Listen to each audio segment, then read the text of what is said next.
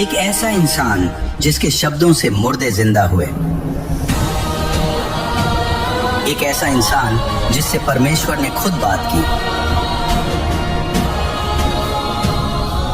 जिसे एक घाटी में ले जाया गया जहां सिर्फ सूखी हड्डियां थीं। और तब एक आवाज गूंजी, इन सूखी हड्डियों से कह दे ये जीवित हो जाए।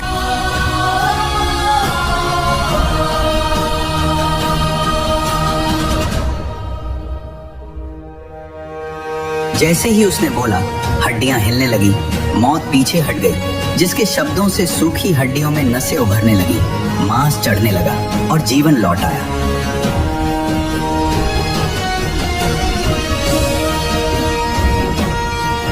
और उसका नाम था यहेजकेल।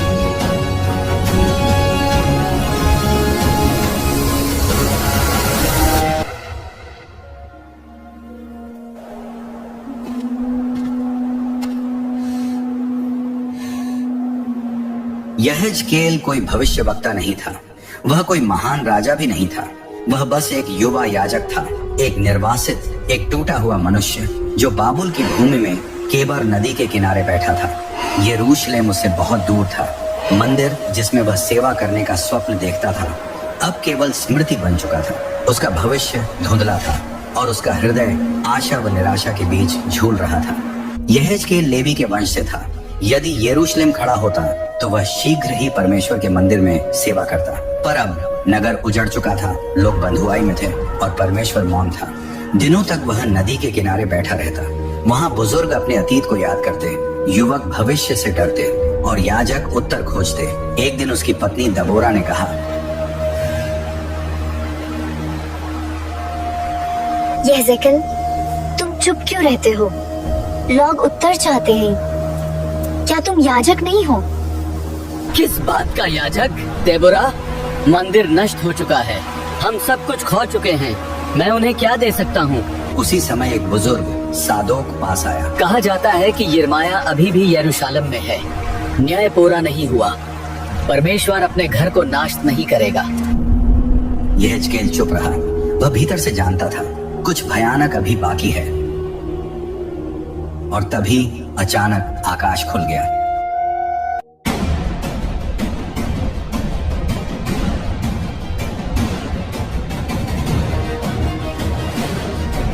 उत्तर दिशा से एक भीषण तूफान उठा।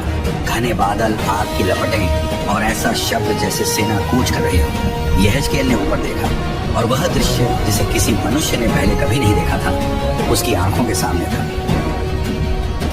4 जीवित प्राणी, हर एक का चेहरा अलग। मनुष्य, सिंह, बैल और उकाब। 4 पंख और चमकते हुए पांव जैसे तपाया हुआ कांसा। उनके पास पहिए थे, पहियों के भीतर पहिए और उन पहियों पर अनगिनत आंखें। वे बिना मुड़े हर दिशा में चलते थे। उनके ऊपर एक चमकदार आकाश था और उसके ऊपर एक सिंहासन। सिंहासन पर एक मनुष्य के समान आकृति, आग के समान चमकती हुई, और उसके चारों ओर मेघधनुष, वाचा का चिन्ह। यहेजकेल भूमि पर गिर पड़ा, उसका शरीर कांप रहा था। तभी वह आवाज फिर आई, हे मनुष्य के पुत्रा, खड़ा हो, मैं तुझसे बातें करूंगा। यहेजकेल कांपते हुए बोला, प्रभु, मैं कोई भविष्यवक्ता नहीं हूँ, मैं योग्य नहीं हूँ। परमेश्वर ने कहा, मैं अपने वचन तेरे मुख में रखूंगा। मैं तुझे एक हट्ठी जाति के पास भेजता हूँ, चाहे वे सुने या न सुने, तू बोलेगा। तभी परमेश्वर ने अपना हाथ बढ़ाया।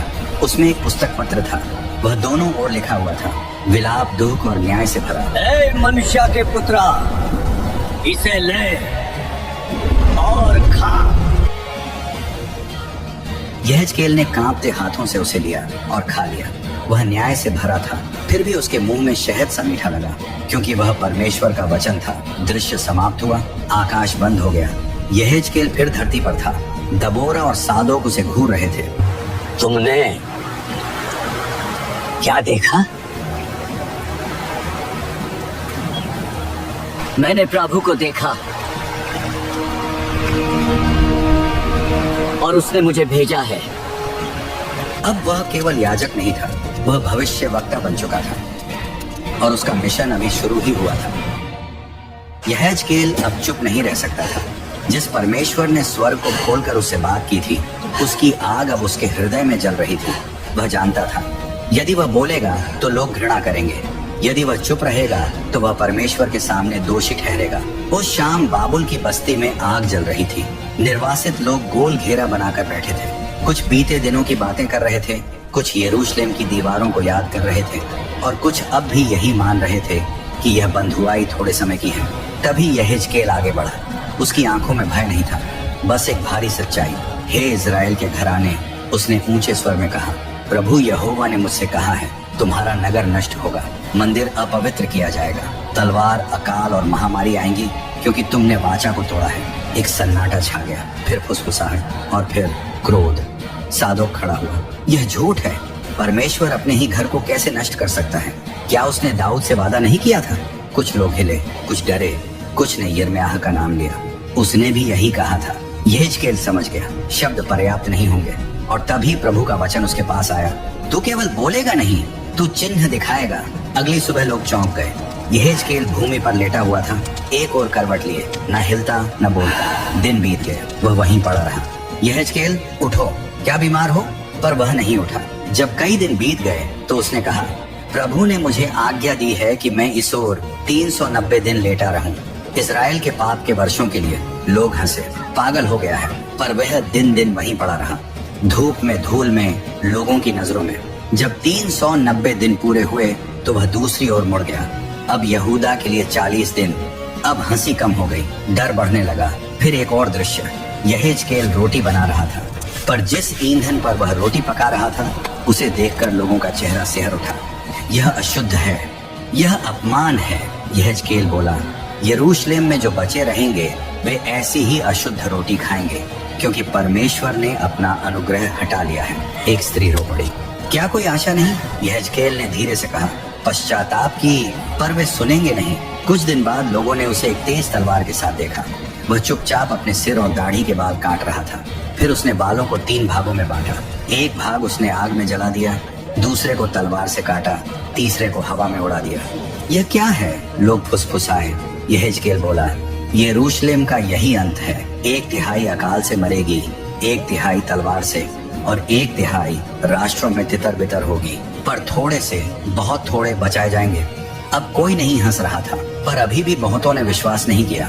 और फिर एक रात परमेश्वर की आत्मा यहेजकेल पर आई और वह दर्शन में यरूशलेम पहुंचाया गया। जो उसने देखा वह उससे भी भयानक था। मंदिर के भीतर मूर्तियां, याजक सूर्य की पूजा करते हुए,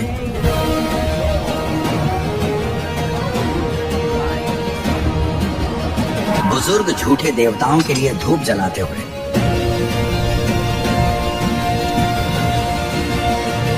स्त्रियां तम्मूज के लिए विलाप करती हुई। हे प्रभु, वापस आ जाओ, हमें छोड़कर मत जाओ। यहेजकेल कांप उठा। यह तो प्रभु का घर है।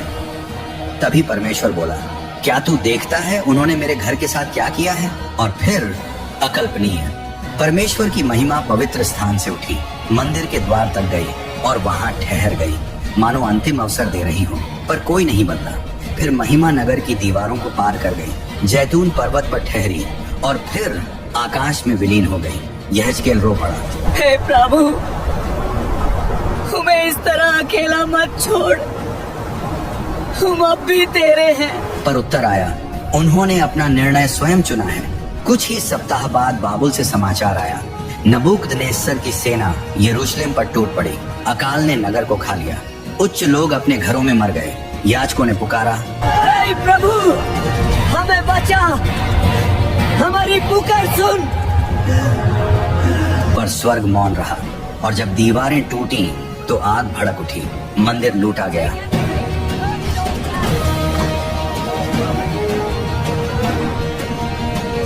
वेदी तोड़ी गई, स्तंभ गिरा दिए गए और प्रभु का घर लपटों में समा गया। यरूशलेम समाप्त हो चुका था। सादोक रोता हुआ यहेजकेल के पास आया। तुम सही थे, परमेश्वर ने हमें छोड़ दिया। नहीं, हमने पहले उसे छोड़ा।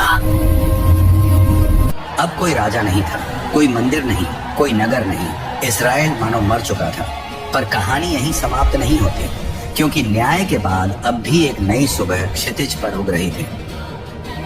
यरूशलेम गिर चुका था, मंदिर राख बन चुका था, इसराइल की पहचान मिट चुकी थी। बाबुल की धरती पर निर्वासित लोग अब खुलकर रोते थे। अब कोई भ्रम नहीं बचा था, कोई यह नहीं कहता था कि हम शीघ्र लौट आएंगे। हर आंख में एक ही प्रश्न था, क्या परमेश्वर ने हमें सदा के लिए त्याग दिया है? दिन बीतते गए, लोग मरते गए, कुछ बीमारी से, कुछ परिश्रम से और कुछ निराशा से। यहेजकेल अब भी जीवित था, पर उसका हृदय भारी था। उसने न्याय देखा था, उसने आग देखी थी, उसने परमेश्वर की महिमा को जाते देखा था, और अब वह प्रतीक्षा कर रहा था। हे प्रभु, क्या बस यही अंत है? क्या हम फिर कभी उठेंगे? तभी परमेश्वर का वचन आया, हे मनुष्य के पुत्र, मेरे साथ चल। एक क्षण में यहेजकेल आत्मा में उठा लिया गया।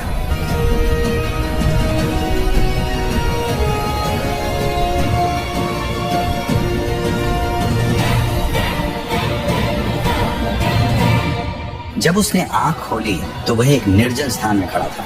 चारों ओर हड्डियां, अनगिनत हड्डियां, सूखी, टूटी हुई, बिखरी हुई। कोई कब्र नहीं, कोई नाम नहीं, बस मृत्यु। यह इज़राइल था। यहेजकेल हड्डियों के बीच चला। हर कदम एक इतिहास की याद दिला रहा था। राजा, याजक, बालक, माताएं, सैनिक, सब समाप्त। तभी परमेश्वर की आवाज आई, मनुष्य के पुत्र, क्या ये सूखी हड्डियां फिर से जिंदा हो सकती हैं? यहेजकेल ठिठक गया। उसने चारों ओर देखा। तर्क कहता था नहीं, पर विश्वास कुछ और। उसने झुककर कहा, हे प्रभु यहोवा, तू ही जानता है। इन हड्डियों से भविष्यवाणी कर कहा, हे सूखी हड्डियों, यहोवा का वचन सुनो। मैं तुम पर मांस चढ़ाऊंगा, मैं तुम्हें त्वचा से ढक दूंगा और तुम जीवित हो जाओगी। यहेजकेल ने कांपते स्वर में बोलना शुरू किया, और तभी एक शब्द उठा, खड़खड़ाहट। हड्डियां हिलने लगी, वे एक दूसरे की ओर बढ़ी, जुड़ने लगी।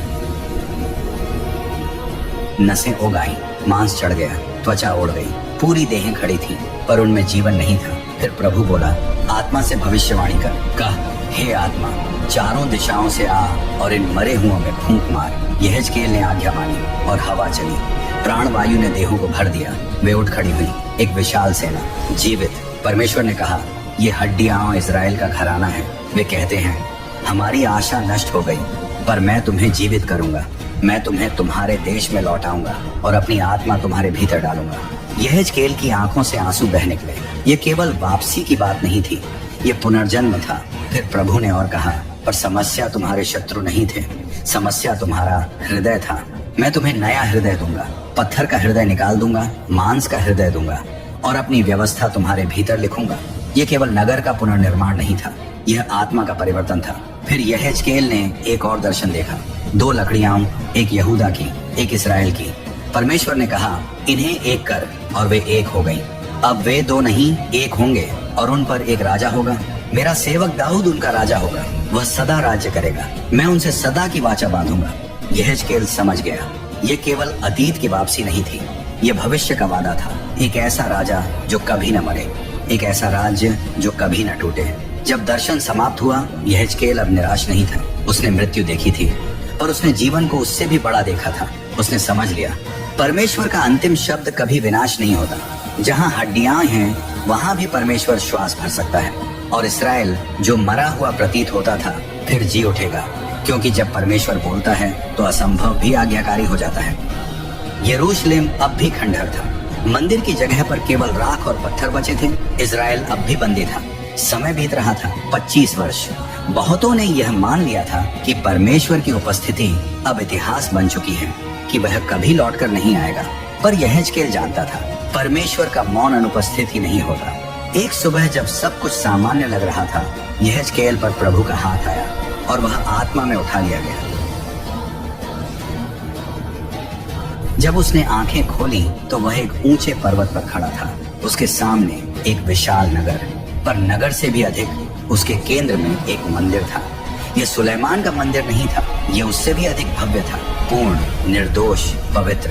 यहेजकेल फुसफुसाया, हे प्रभु, ये क्या है?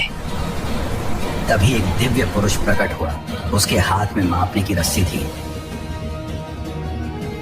उसने कहा, जो कुछ तू देखता है उसे ध्यान से देख और इज़राइल से कह। यहेजकेल मंदिर के द्वारों से गुजरा। प्रांगण विशाल थे, वेदी केंद्र में खड़ी थी, हर माप सटीक, हर पत्थर पवित्र। पर सबसे आश्चर्यजनक अब होना था। अचानक पूरब की ओर से एक गर्जना उठी, ऐसी ध्वनि जैसे बहुत जल गरजते हैं। आकाश चमक उठा, धरती कांप गई और फिर वह महिमा जिसे यहेजकेल ने जाते देखा था लौट आई।